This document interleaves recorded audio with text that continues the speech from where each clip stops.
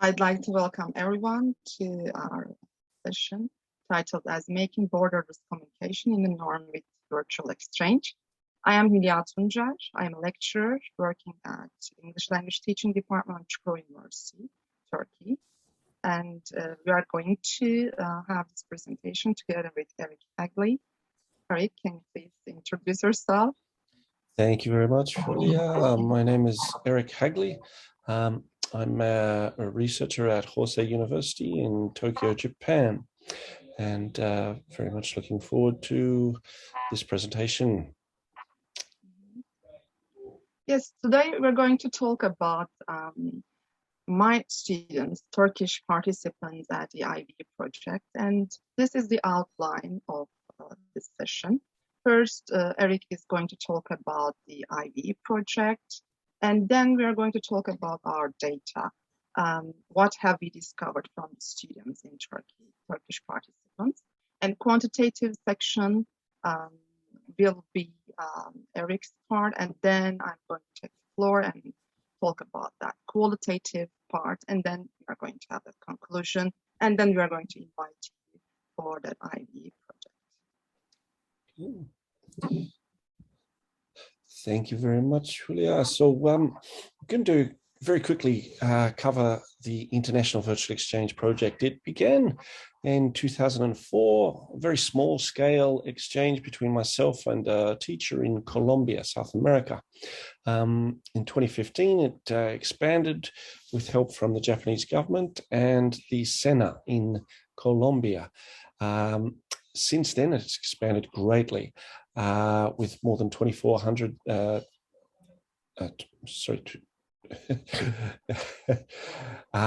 24,000 students from around the world participating in the 6 years since it became large scale.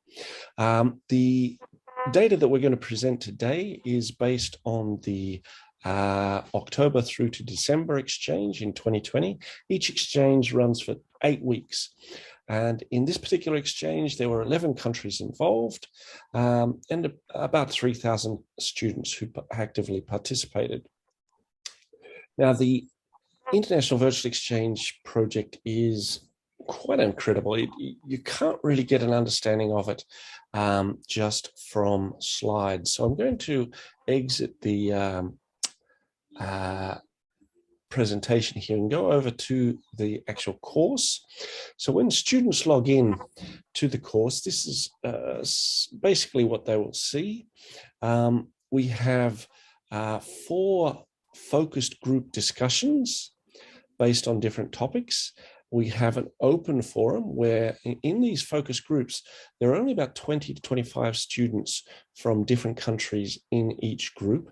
There are about in this particular exchange, there are about 200 groups. And the open forum is where all, in this particular exchange, 3,000 students were participating. There's some information on what to do and a student-generated survey, which we'll talk a little bit about, and also everyday photos.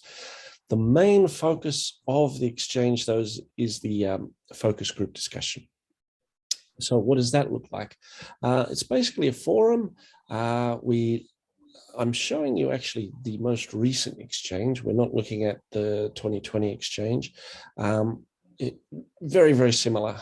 But yeah, over 200 groups there.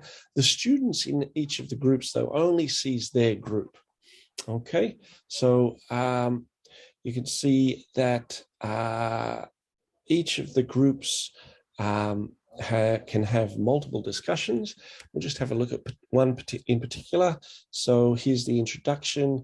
The student from Colombia comes in, exchanges information with students in Japan. Other students from other countries then get involved. They're using the language that they're studying, which is English, to interact with each other and find out about their cultures. It's quite simple because the vast majority of the students in this particular exchange, their language level is quite intermediate to low. And yeah, there's a lot of interaction that occurs. the different topics are covered over 2 weeks, and then the next topic comes on. So for example, in this particular one, the Indonesian student starts the exchange. Again, other countries come in, the students from Mexico, etc. And again, they're using the language they're studying to find out about each other's cultures and lifestyles. The open forum, as mentioned, open to everyone. Some of these discussions are very active. 56 replies there, 64. Some are not so active, but you get 127, 143, 164. Lots of very active discussions there as well. There are 100 discussions per page, so you can see it's 14 pages of 100. That's over 1,400 discussions happening in that open forum. We have the everyday photos here. So each student can upload a photo that they've taken and share it. Students can comment on them, give feedback. Students can also search. So we separate the topics into themes. So for example, if you choose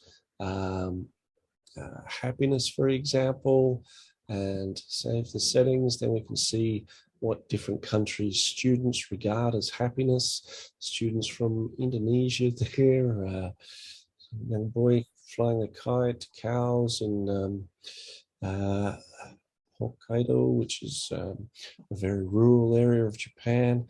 So you can see lots of quite interesting ways of looking at culture there. We also have the student-generated survey, where students have put in questions that they want to ask to all the students participating. We can see those here. They're quite basic questions, but then when we separate them via the different cultures that are involved, you can see that the answers become quite different. Japan, Colombia, cereal is a big one in Colombia, but not so much in Japan. Bus, a big one in Colombia, but not so much in Japan, etc. So, and then of course Turkey, breakfast there, other. Don't usually eat breakfast, etc. So you can see here that when we set up the data, it becomes a lot clearer for students to interact and find out what are some of the differences and similarities between the cultures there. So that's a very, very brief and quick look at the International Virtual Exchange. So we'll go back here now.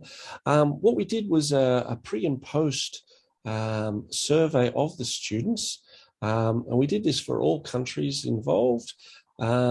This particular one we looked at the Chen Starosta survey of intercultural sensitivity. We also included some of Greg and Manderson's questions that included ethnocentrism and looked for any changes there.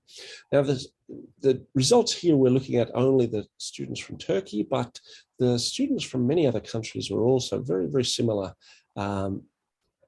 results. But what we saw, though not statistically significant, it is only an 8-week exchange. We did see improvements in interaction and engagement.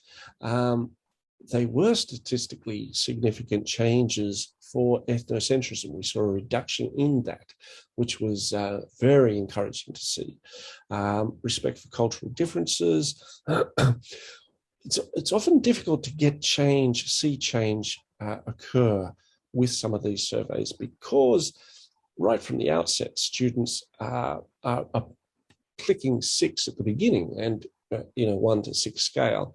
So if they click 6 at the beginning and click 6 again at the end, which was often the case, here it wasn't so clear. There were no changes, but minimal changes could be seen. But what those changes suggested was that students were becoming more respectful. Again, not statistically significant because of those very high numbers right from the outset, and similar for the other sections there. So now I want to move on to the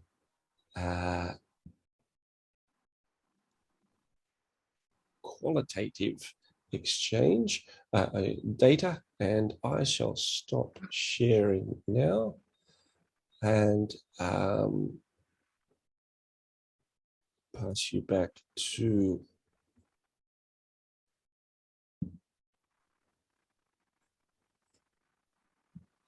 Hülya.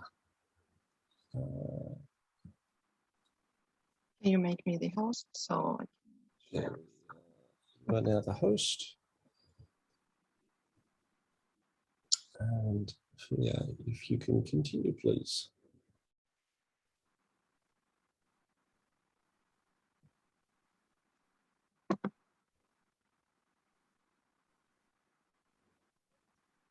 yes, I'm going to talk about the qualitative part of study. So there were 4 questions that we focused, and this was question 1. What were the good things about the IVEProject and how did it help you? 61 students answered, and we have 9 emerging things. And these are getting to know and understand other cultures, seeing the similarities and differences. And the second one, meeting, interacting with new people, making friends and socializing.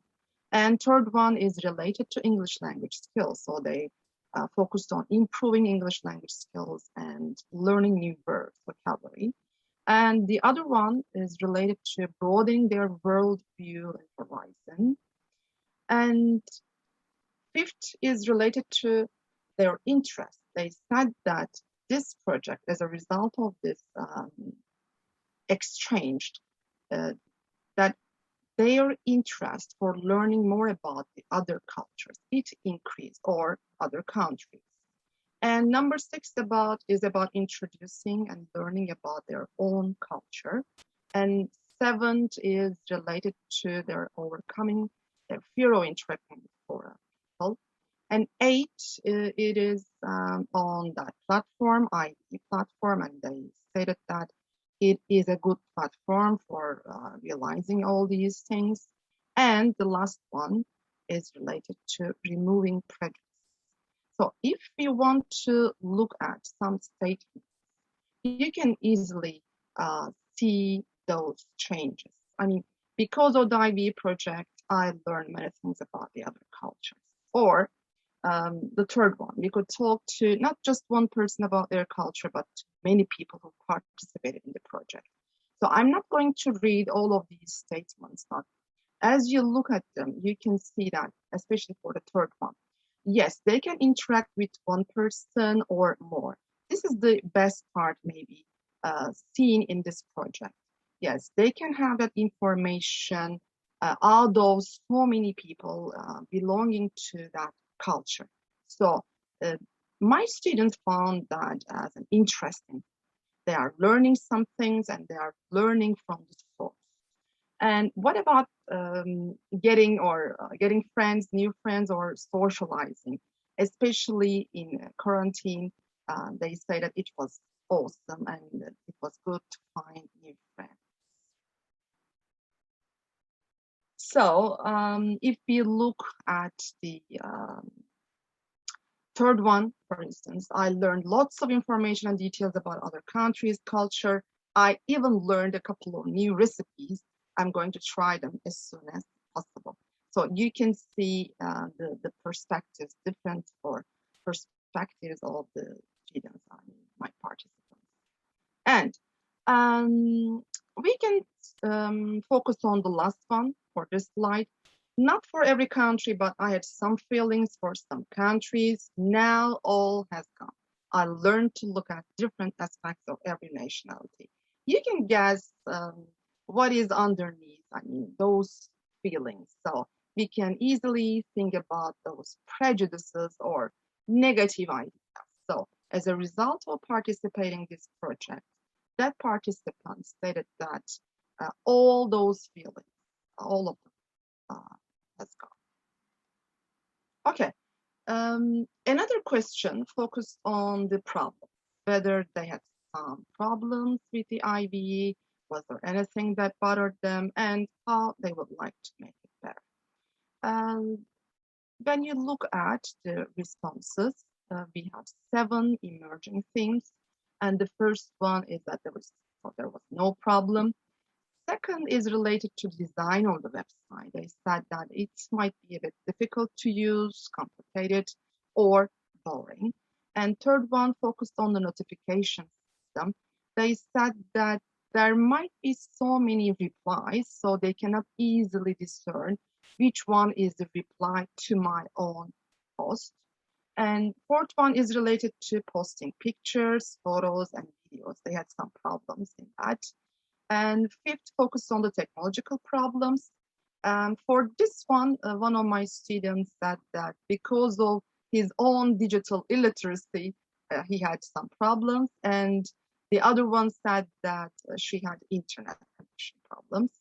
And number 6 focuses on inactive or irresponsible students.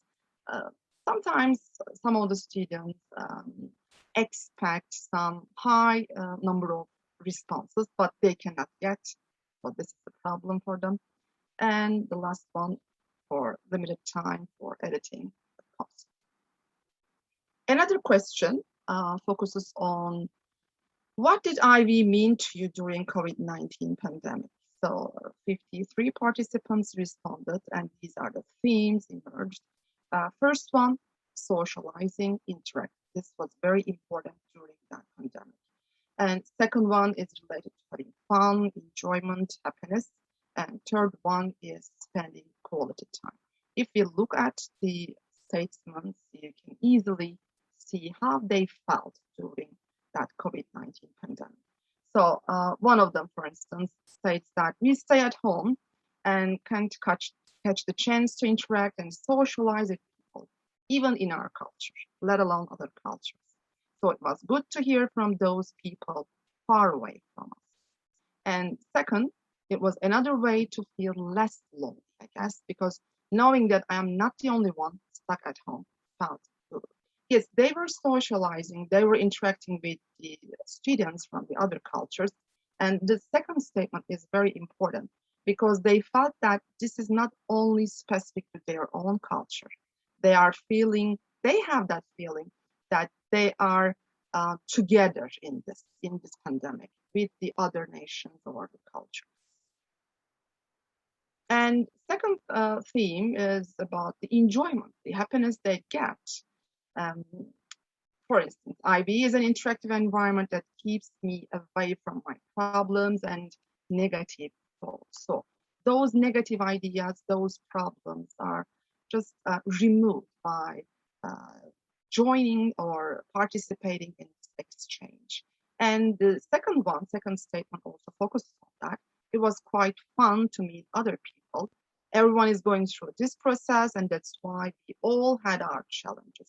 But writing or participating in that forum and using this process, it affected them positively.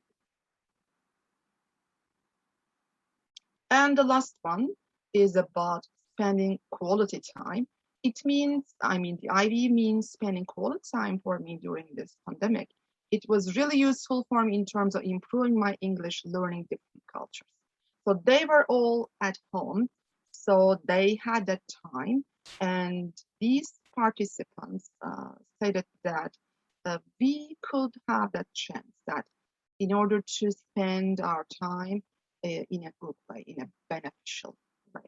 While giving answers for these questions, they use some metaphors, and I'd like to share them with you. First one is friend. This is the most frequent one. So they see this project as a friend. Second one, for instance, it was like a friend of mine to share my feelings and toes. Or room. It was like a room for resting for me, and I felt peaceful and well. Another door this time. This project was a door opened for new experiences, and I believe I use it efficiently. And bridge, IV, is a bridge to see other people around the world. Or social media. It is like social media. I like hanging around, reading all the answers, asking questions. And safe place to travel different countries without pandemic. And the last question is about their recommendations or their suggestions for any topics. So these are the topics they suggested: education systems, schools, music, and ideas such as inclusion of more countries or to participate IB-like projects again. And as a project, one of them stated that she would like to have a project where the participants of this one can come together and see each other in the future. Okay, thank you. And now Eric will have the floor to conclude this session. Thank you very much. Yeah, I guess it's just a simple conclusion that you can see that students really do appreciate and get a lot out of the exchange. And the other thing is, now we invite you to join us. The more the merrier. The exchange is going to expand. It continues to expand. Perhaps I didn't mention that the Japanese government has been helping us with finance to keep this exchange going. It's free of charge to join, and we look forward to welcoming students from other countries as well as we expand the IVEProject. Thank you very much, and thank you very much, Hülya. Thank you for attending. If you have any questions, please email us. If you want to join, please email me. Thank you again, and bye for now.